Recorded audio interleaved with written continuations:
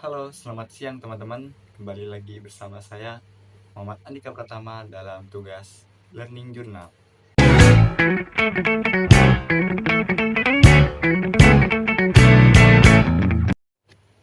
Oke teman-teman, untuk kali ini mungkin saya bakal cerita dulu sedikit ya terkait proses-proses pas lagi eh, presentasi gitu. Tapi ini presentasinya tidak secara offline, tidak secara masuk kelas gitu.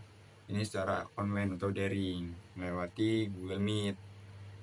Nah, pas saya sedang ingin melakukan presentasi, saya dapat di materi yang kelima, yaitu materi tentang cara memilih dan juga membuat judul berita yang menarik gitu. Nah, pas lagi saat ingin presentasi, saya ada nervous sedikit gitu. Walaupun secara online itu pastinya ada nervous sedikit, kayak takut salah ngomong atau takut cara ngejelasinnya tuh kurang dimengerti oleh teman-teman semua, teman-teman saya juga.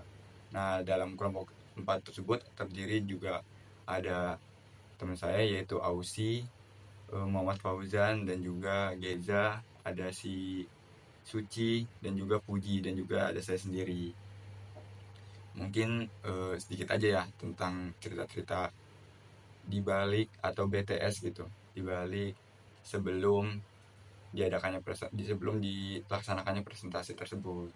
Mungkin selanjutnya lanjut ke pembahasan yang saya ingin bahas, mungkin itu terkait pembahasan tentang cara memilih dan juga membuat judul berita yang menarik.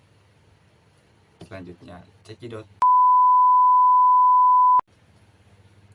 Nah, mungkin dari beberapa teman-teman gitu, ada yang belum mengerti atau belum paham terkait cara memilih dan juga membuat judul berita.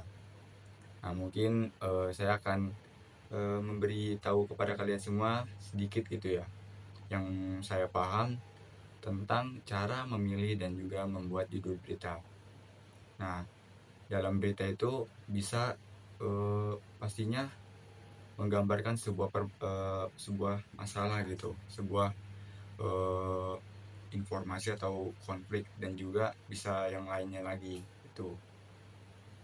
Nah, dalam cara membuat judul berita itu harus efektif dan juga relevan. Nah, cara membuat judul berita itu harus juga secara singkat dan padat gitu.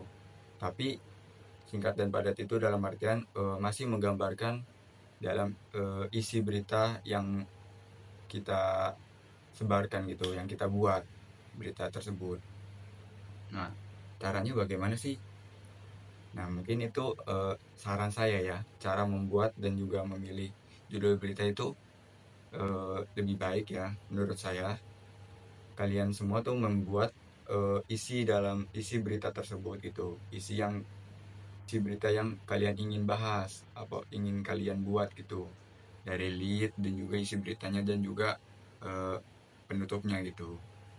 Nah, setelah membuat isi berita tersebut, kalian bisa eh, membaca dari lead dan sampai penutup, membaca ulang berita yang kalian buat, dan baru kalian simpulkan gitu dengan membuat judul beritanya.